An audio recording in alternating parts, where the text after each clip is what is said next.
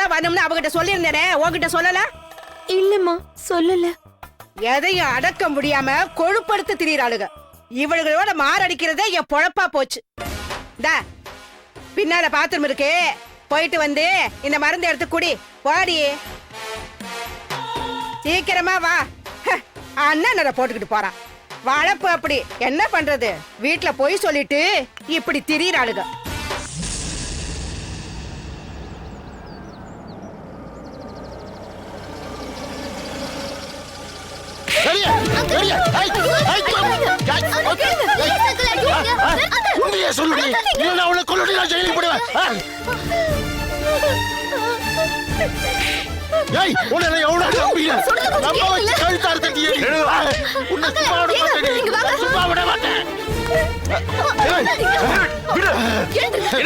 என்ன பண்ணிட்டு இருக்க? அவன மனுஷியா மாடா இப்படி போட்டு அடிச்சிட்டு இருக்க? அப்படி கேளுங்க, நானும் அப்பத்துல இருந்து அதான் சொல்லிட்டு இருக்கேன். இவளை போட்டு மிருக மாதிரி அடிச்சிட்டு இருக்காங்க. காலேஜுக்கு போற பொண்ண ஃப்ரெண்ட் மாதிரி ட்ரீட் பண்ணு டேவிட். ஐயா, இந்த கேடுகட்ட கழுதைக்கு காலேஜ் வேண்டாம், எங்கேயாவது எக்ஸ்போர்ட் கம்பெனிக்கு வேலைக்கு அனுப்புறேன்னு சொன்னேன். ஆனா நீங்க தான் காலேஜ்ல படிக்கட்டும் அப்படின்னு சொல்லி நீங்க உதவி பண்ணினீங்க. அதெல்லாம் விடு. ஆனா இந்த சிரிக்கி காலேஜ கட்டடிச்சிட்டு அவங்க சுத்தறாயா? விடு சொல்றல. என்ன இது? இன்னும் பழைய காலத்திலே இருக்க? இது 21ஆம் நூற்றாண்டு. படிக்கிற வயசுல ஆம்பளைங்களும் பொம்பளைங்களும் ஒன்னா சேர்ந்து குரூப் ஸ்டடிஸ் பண்ற அளவுக்கு நாகரிகம் வளர்ந்துருக்க. நீ என்னன்னா யாரோ ஒரு பையன் கூட சுத்துறான்னு பெரிய இஷ்யூவா சொல்லிட்டு இருக்க? ஐயா இல்லைங்க ஐயா, இது வேற மாதிரி பிரச்சனை. என்ன பிரச்சனை? இவங்க கிட்ட எல்லாம் சொல்லாத ஒரு விஷயத்தை நான் இப்ப உங்ககிட்ட சொல்ல போறேன். இவ யாரையா காதலிச்சு அவனால ஏமாந்து போய் இப்ப வயிற்ற ரொப்பிட்டு வந்து நிற்கிறாயா?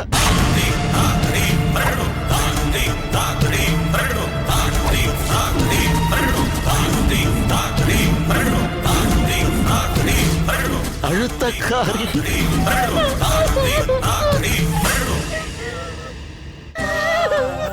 எவ்வளவோ அடிச்சு மிரட்டிலாம் கேட்டு பார்த்துட்டு எதுவுமே வாய திறந்து சொல்ல மாட்டேங்கிறாயா இவ? சொல்லு, அப்படிலாம் விட்டுற முடியுமா? யாரு ஜெனிஃபர் அது?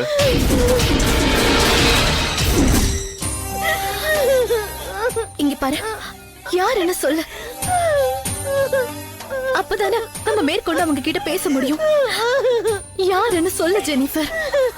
இங்க பாரு ஜெனிஃபர், இது வரைக்கும் நான் உன்கிட்ட அவ யாரு என்னன்னு கேட்டதே இல்ல. இப்போ விஷயம் ரொம்ப சீரியஸ் ஆயிடுச்சு. நீ அவ யாருன்னு சொல்லிதான் ஆகணும். உண்மையை சொல்லு ஜெனிஃபர், யாரு? இந்த விஷயம் உனக்கு ஏற்கனவே தெரியுமா? இல்லனா இன்னைக்கு மார்னிங் தான் எனக்கு இந்த விஷயமே தெரியும். அதுவும் அவங்க லவ் பண்றாங்கன்றது மட்டும்தான் எனக்கு தெரியும். எனக்கு இந்த விஷயம் எதுவும் தெரியாதுண்ணா. சரி சரி, நீங்களே உள்ள போங்க. டேவிட், என் கூட வா. ரெணுகா, ஒரு விஷயம் இங்க வா. அழாத ஜெனிஃபர். அவகிட்ட நைஸா பேசி கேக்குறாங்களே அந்த பையன் யாரு என்னன்னு விசாரி. போ. ஜெனிஃபர், இங்க பாரு. திலகா குட்டி, இங்க வாமா. இங்க பாரு.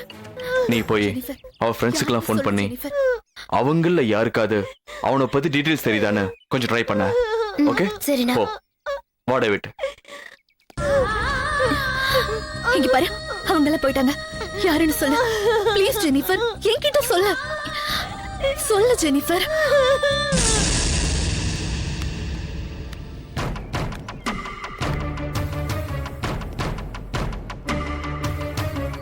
டேவிட், இந்த மாதிரி விஷயத்தெல்லாம் கண்ணாடி பாத்திரத்தை ஹேண்டில் பண்ற மாதிரி பண்ணணும். முரட்டுத்தனம் கூடாது. நான் சொல்றது கவனமா கேள. சொல்லுங்க ஐயா.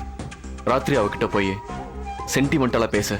சின்ன வயசுல இருந்து நான் உன்னை எவ்வளவு கஷ்டப்பட்டு வளர்த்திருக்கேன், நீ இப்படி பண்ணலாமான்னு கேட்டு அழு. உனக்கு நீயே சமாதானம் ஆயிக்கிற மாதிரி பேசு.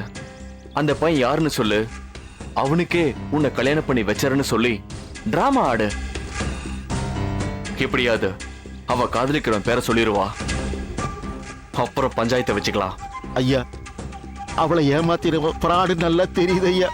ஆனா அவங்கிட்ட போய் மறுபடியும் டேவிட், நாம அவகிட்ட அப்படிதான் சொல்லுவோம். பையன் யாருன்னு தெரிஞ்சுக்கிட்ட பின்னாடி வேற மாதிரி ஐடியா சொல்லி கொடுக்கறேன். சரிங்க ஐயா. அப்புறம் அவ மேல கோவப்படவும் கூடாது, அவளை அடிக்கவும் கூடாது. புரிஞ்சுதா? சரிங்க ஐயா. போ வரேங்க ஐயா. போ, நான் பாத்துக்கிறேன். ரெடுக்கா, என்னாச்சு? அவ ஏதோ சொன்னாளா? அவ வாய் திறந்து எதுவுமே சொல்ல மாட்டேங்கிற, அழுத்தக்காரியா இருப்ப போல இருக்கு. எதுவும் சொல்லலங்க. அண்ணா. குட்டி, என்னம்மா, ஏதாவது நியூஸ்? இல்லண்ணா, அவனோட ஃப்ரெண்ட்ஸ் எல்லாருக்குமே கால் பண்ணி நான் விசாரிச்சிட்டேன். அவனோட பேர் கூட அவங்களுக்கு தெரியாதுன்னு சொல்றாங்க. அதை விட முக்கியமான விஷயம், அவனை பத்தி எந்த விஷயத்தையும் என்கிட்ட சொல்லல அப்படின்றாங்க.